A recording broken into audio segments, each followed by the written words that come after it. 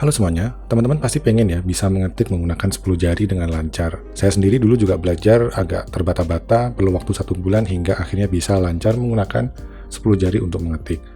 Namun sebenarnya tidak 10 jari banget ya, jadi sekitar 9 jari yang saya gunakan, ada beberapa jari yang mungkin agak sulit untuk digunakan, yaitu biasanya jari tengah atau jari manis. Nah sekarang bagaimana caranya supaya teman-teman juga bisa mengetik menggunakan 10 jari?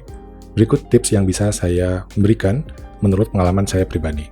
Oke, jadi sebenarnya teman-teman juga harus bisa belajar dulu layout dari keyboard teman-teman. Jadi pastinya teman-teman kalau misalkan baru belajar kan kayak huruf A di mana ya, huruf P di mana atau huruf T. Dan layout yang biasa kita gunakan ini adalah layout QWERTY. Jadi ada beberapa seperti di Dvorak tapi sudah nggak dipakai lagi di banyak tempat ya, karena semua orang sudah familiar dengan QWERTY. Dan ada beberapa konsep dasar yang teman-teman juga harus tahu, di mana di dalam tombol keyboard ini di permukaannya ini huruf F dan J seperti ada tonjolan. Itu fungsinya adalah teman-teman bisa tanpa melihat tapi bisa merasakan ya. Jadi kalau jari teman-teman ada di keyboard lalu ada tonjolan, di jari kiri ketika merasakan tonjolan itu adalah huruf F. Sedangkan di jari kanan ketika merasakan tonjolan itu berarti huruf J. Jadi konsep dasarnya seperti itu. Lalu bagaimana jari-jari yang lain ini diletakkan? Ketika teman-teman meletakkan jari kiri telunjuk di F, jari tengahnya di D, jari manis di S, dan jari kelingking di A. Ini adalah posisi tangan kiri, sedangkan jempol ini untuk memencet spasi. Begitu pula jari jemari di tangan kanan, huruf J di telunjuk, K di jari tengah, L di jari manis, dan untuk kelingking ini titik koma atau kolon, semikolon maksudnya, atau titik 2 atau kolon. Seperti ini, dan jempol tetap untuk spasi. Jadi biasakan ketika menggunakan keyboard, mencet spasinya itu menggunakan jempol. Bisa jempol kiri atau jempol kanan, tergantung mana yang lebih nyaman. Oke, sekarang kita bahas bagaimana pergerakan tangan ini. Jadi jari jemari di tangan kanan dan tangan kiri ini punya area masing-masing. Jadi kalau teman-teman mencet huruf Q, jangan menggunakan jari telunjuk kanan seperti ini, tapi gunakan kelingking. Nah, begitu pula fungsi jari-jari yang lain, areanya tuh atau teritori dari jari teman-teman ini sudah ditentukan ya untuk bisa secara efisien memencet tombol-tombol pada keyboard ini. Misalkan telunjuk tangan kanan, kita bahas tangan kanan dulu. Telunjuk kanan ini kita areanya adalah huruf J, huruf H, huruf N, dan M. Lalu ada Y atau Y dan U, serta angka 7 dan angka 8. Jadi kalau misalkan kita mencet huruf J ya gunakan tangan ini, ya jari ini. Begitu pula seterusnya. Lalu untuk jari tengah, area kita adalah angka 9, huruf I, huruf K, dan koma. Koma atau tanda kurang dari atau less than. Sedangkan jari manis, area pergerakannya adalah angka 0, huruf O, huruf L, dan titik atau tanda lebih besar. Sedangkan kelingking ini biasanya huruf P, cuman saya sendiri menggunakan jari manis biasanya P atau jari tengah. Jadi ini sesuai selera teman-teman, tapi setidaknya 10 jari ini udah bisa teman-teman gunakan. 5 jari di tangan kanan, dan biasanya enter adalah kelingking. Kalau misalkan teman-teman agak aneh di awal, itu wajar, biasakan mengulanginya secara repetitif, lama-lama akan terbiasa. Sedangkan untuk backspace, karena jari manis saya lebih dekat untuk backspace, saya gunakan jari manis untuk mencet backspace biasanya, ketimbang kelingking karena harus mengangkat seperti ini.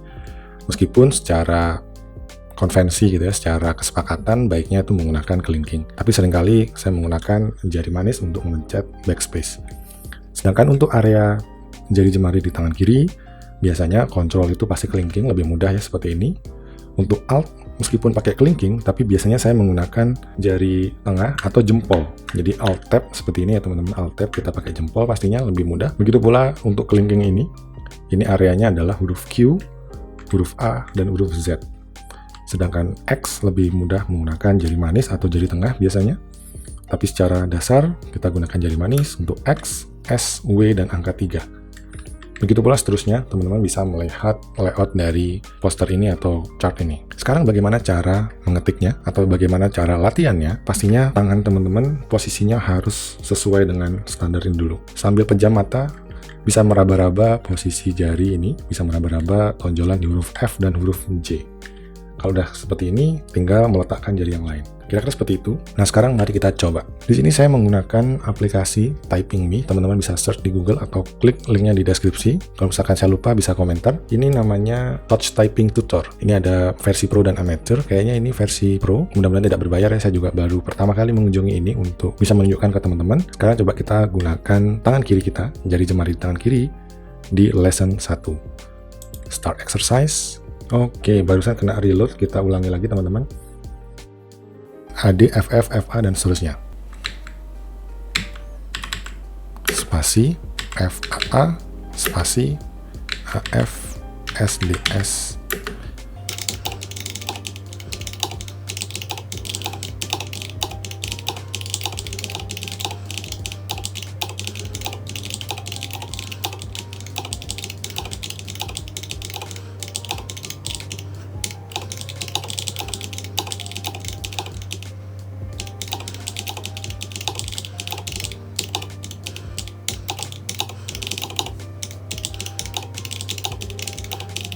Oke, teman-teman bisa melihat ya, saya melakukan 2 kesalahan tapi semuanya ini komplit dalam 66 detik hanya menggunakan jari kiri tanpa berpindah-pindah kemana-mana.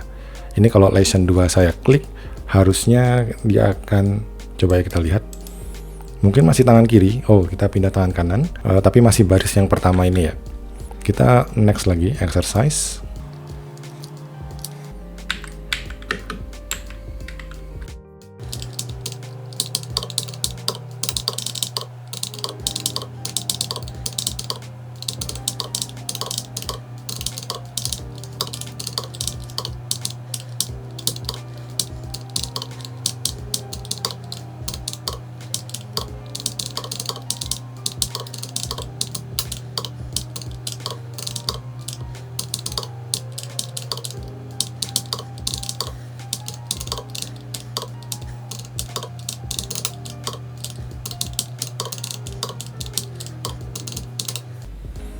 Oke, sudah selesai. Memang agak sulit. Area ini memang kita jarang pencet ya, terutama titik koma dan kolon, lebih sering di daerah tengah atau daerah kiri, dan ya itu alasan saja sebetulnya. Tapi setidaknya kita bisa menggunakan jari jemari hanya di tangan kanan saja untuk memencet di area ini, di baris pertama di tengah. Saya menyelesaikannya dalam waktu 100 detik dan ada 10 kesalahan. Coba kita next ke lesson 3. Oke, masih baris pertama tapi kita langsung menggunakan 2 jari. Oke, ada extra key yaitu G sama H di baris tengah juga, tapi kita menggunakan perpindahan. Kalau tadi kita tangannya tetap statik di sini, sekarang kita pindah G dan H seperti ini. Kita lanjut lagi lesson 5, coba. Oke, ada ekstensi lagi, kita pencet koma dengan kelingking jari kanan, koma dan petik ya. Ini masih di baris pertama. Next lagi, coba. Teman-teman bisa coba sendiri ya. Nanti setelah mengikuti tutorial ini, teman-teman bisa mencoba link yang ada di deskripsi. Latihannya sama. Kita coba di lesson 9. Oke. Ini kita menggunakan shift. Teman-teman bisa melihat nanti saya menggunakan kelingking kiri untuk mencet tombol shift biasanya. Tapi ada beberapa kombinasi atau variasi di mana mungkin saya mencet huruf A dengan kelingking, kadang juga dengan jari manis. Yaitu ya alasan untuk bisa dimaafkan ya teman-teman. Kita coba sekarang. Ups.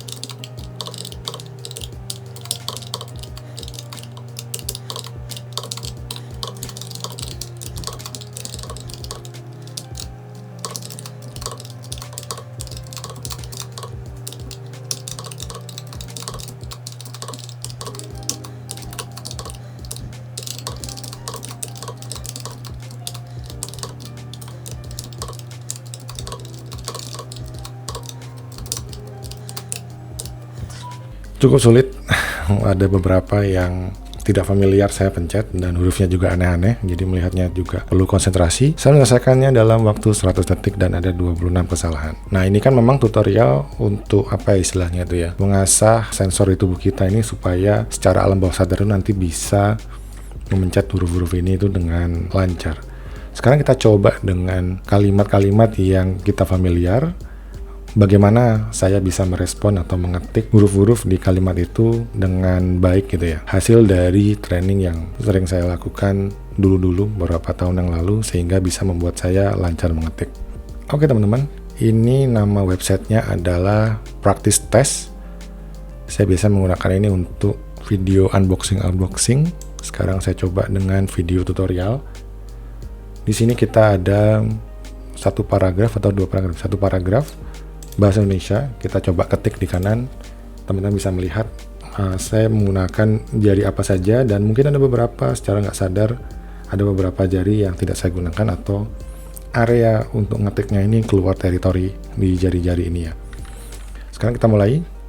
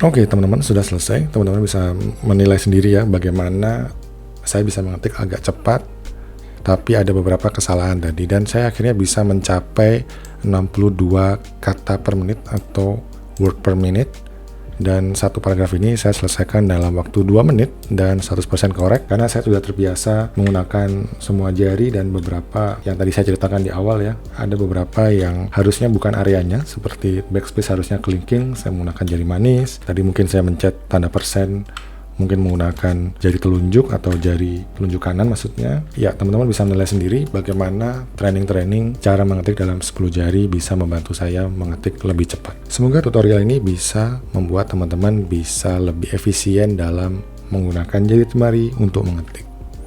Semoga bermanfaat. Sampai jumpa di video selanjutnya. Salam.